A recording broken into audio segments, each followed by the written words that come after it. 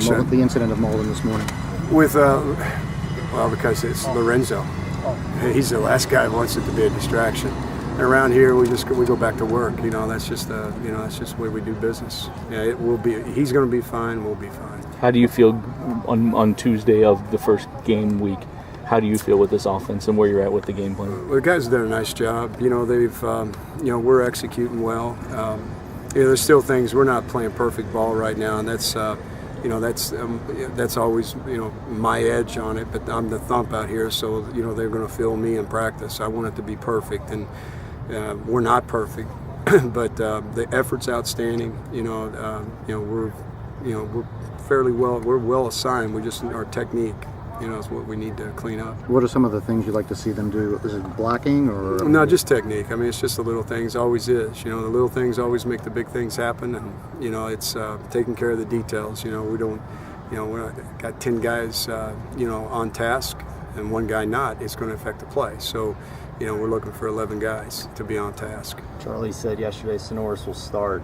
Who will be the second running back? Oh, the best way, and I know this is what Charlie meant too. Sonoris walks out there first, and you're going to see Dominic, and you're going to see, Michael. It's going to be a tailback by committee because that's what we have. How do you divide those carries up, and is it just a game by game? It's a game by game situation. I mean, who gets a hot hand, who's in rhythm. It's tailback has to be given a chance to get in rhythm, so we'll give those guys a chance to get their rhythm. And similar to last year. Yeah. We'll play it. We'll play it by the rhythm of the game, and it always works out. Always works out. How do you feel about the line right now and where they are? That you all have expressed some concern about the depth. Yeah, the line, I really like our starters. Our starters are really good. I think we've got guys like Ryan Mack coming along. Of course, Chris DeCasa has now become a starter. He's really improved. I like our younger players that we're developing. The T.C. Klusman, Cameron Frazier, guys that are in our 2 deep. They're developing, and every day they just get better. There are guys who need reps. They've been either were, in high school last year, or they were down on the scout field being redshirted. So they need the obvious. They need time. With every day of practice, they get better. Do you script the first few plays, or do you script a certain amount of plays, or do you? Yeah, I do. Yeah, I'm not going to tell you what. Oh, come on. If you go into this game or any game, whether on the record or in your own mind, with specific goals like we want this many yards, this many points, or something? No, you never do that. I gear ourselves more towards attacking the defense and running our style of offense, which is to be very multiple, and I want to use all of our targets, all of our people. I'm more concerned with those creating touches for the people that can make a difference in the game. Our plays allow us to do that, but I don't really. I think of touches. I think of those guys having the ball, doing what they do best. So that's how I set up our plays. And then, the other thing we do, we want the people that come here to work hard when they're here. Phil Sims really talked you up about the pro-style offense you run. You said it looks like it's tailor-made to develop a quarterback for the NFL. Just some thoughts about your philosophy about all that. It is. I grew up in the coaching. I've been doing it 31 years in the West Coast system. It's the best system in football. There's nothing else like it. And it's a system that is tailor-made for the quarterback, and it's a system that's user-friendly to him. It's all geared around him. Everything we do in our program, Charlie's been so gracious. I mean, he has bought into everything that we've done, and it's all centered around developing your quarterback. So, you see what the product that we have in Teddy, and I'm going to tell you that Will Gardner is on the absolute light player.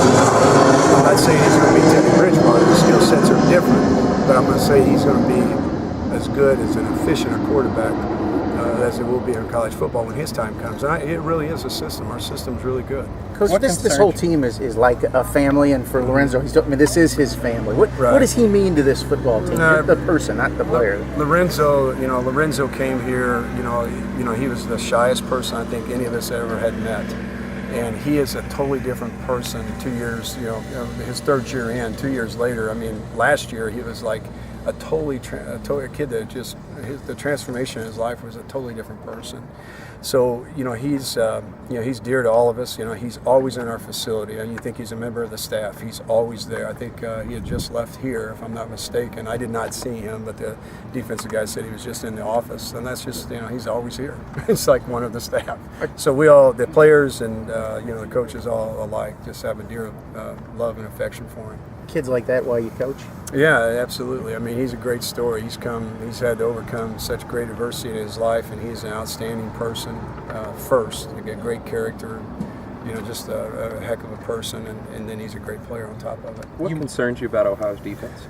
I have familiarity with these guys, because they're Nebraska backgrounds, and I see a lot of similar styles, and what Bo was doing there in Nebraska. So one, I know it, and two, I have great respect for Coach Solich. I've faced him a lot in my career at Colorado, and I know he's an excellent coach. He'll have his team ready. His trademark is he finds ways to win football games, and he's done an unbelievable job at the program there. So he's going to have his kids ready to play. They're going to be well coached, well assigned, and they're going to be tough, hard-nosed guys. That's what he raises. You mentioned Teddy. What are 2 or 3 specifics where he's really improved his game this season? He's just a lot more, he's efficient, more efficient than he was a year ago. That's what he's shown in practice now. When the lights go on out there, he's got to show it. But, he's on task. His efficiency's off the charts right now, and he's got great command of what we do offensively. He's literally a coach on the field. He's been remarkable. He's playing right now in training camp. As we close training camp and getting ready for Ohio, he's playing his best football he's ever played. Is that improved progressions or footwork? No, what is it that brings that efficiency? It's everything. I mean, he knows how to use all of his pieces. He knows how to create protection. He knows how to distribute the football and complete the ball. In situations. He runs everything at the line, a lot at the line of scrimmage for us. I mean, the question earlier about the pro style offense, it is. I mean, that's what it is. It's he's a pro doing it too. When did Teddy first make an impression on you in terms of his toughness? Probably early, and when he was a freshman, he dinged his hand on a helmet, and he rode off of that pretty quick because he just wanted to compete and play. And then, he showed it several times. I mean, I've seen him, the belt bow. I mean, our protection that night was not the greatest, and he hung in there and, was outstanding in that game. So he showed it in those kind of situations. Obviously, he showed it in Rutgers. He shows it out here in practice. I mean, he's just, with him, it's an all-the-time thing. He does it every day. I mean, what you see in practice, and we see it out here on the field where you guys don't get a chance to, he does it in the game. He's a tough guy. All right, guys. That's good. Thanks. Yeah. Thank you.